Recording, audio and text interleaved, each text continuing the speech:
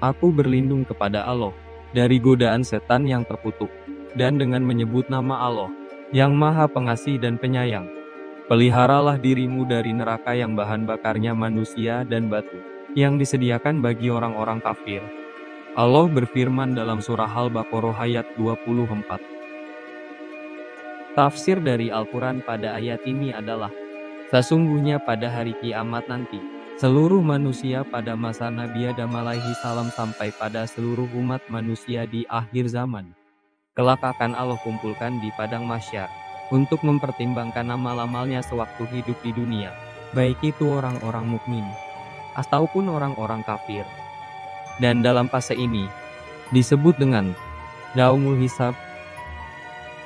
Namun sebenarnya dalam ayat ini dijelaskan, tidak semua umat manusia akan melalui yaumul hisab, yakni ada segolongan umat atau suatu kaum yang akan Allah masukkan langsung ke dalam api neraka yang sangat panas, tanpa melalui proses yaumul hisab. Dan golongan manusia itu adalah kaumnya Ya'juj dan Ma'juj. Yang mana kita ketahui, kaum Ya'juj dan Ma'juj ini yang nanti di akhir zaman akan melakukan kerusakan di muka bumi ini. Mereka itulah yang pertama kali akan masuk ke dalam neraka jahanam.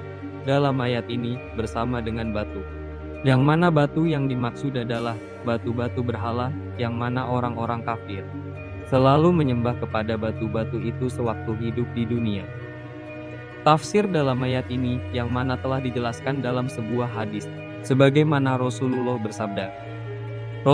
bersabda di hadapan para sahabatnya, yang mana Allah Subhanahu wa Ta'ala berfirman, "Wahai Adam." Dan Adam berkata, "Aku siap melayanimu." Dan Allah berfirman, "Bawalah mereka ke neraka." Adam bertanya, "Siapakah yang akan dibawa ke neraka?" Allah berfirman, "Dari setiap 1999. Apa yang diungkapkan Rasulullah itu jelas sangat membuat berat hati dan perasaan para sahabat, yang mana membuat para sahabat menanyakan kembali pada Rasulullah, bahwa orang yang berjumlah 999 yang masuk ke neraka itu siapa? Rasulullah kemudian bersabda, "Bergembiralah, karena di setiap kaum Ya'juj Ma'juj yang jumlahnya 1000 orang, hanya ada kalian satu orang saja yang di neraka." Para sahabat pun bertahmid memuji Allah dan meninggikan derajatnya. Lalu Rasulullah bersabda, "Demi zat yang jiwaku berada di tangannya, aku berharap kamu termasuk sepertiga penghuni surga." Hadis ini diriwayatkan oleh Abu Sa'id Al-Khudri dari Sahih Muslim 222. Muttafaqun alaih.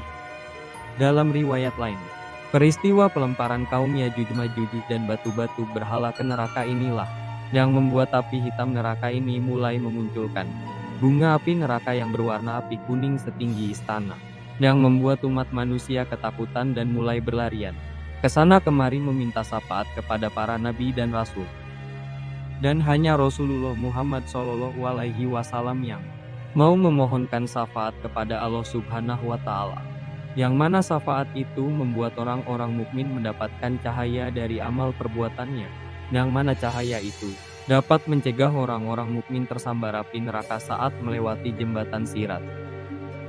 Itulah ringkasan tafsir dari surah Al-Baqarah ayat 24 berdasarkan dalil-dalil yang mendukungnya.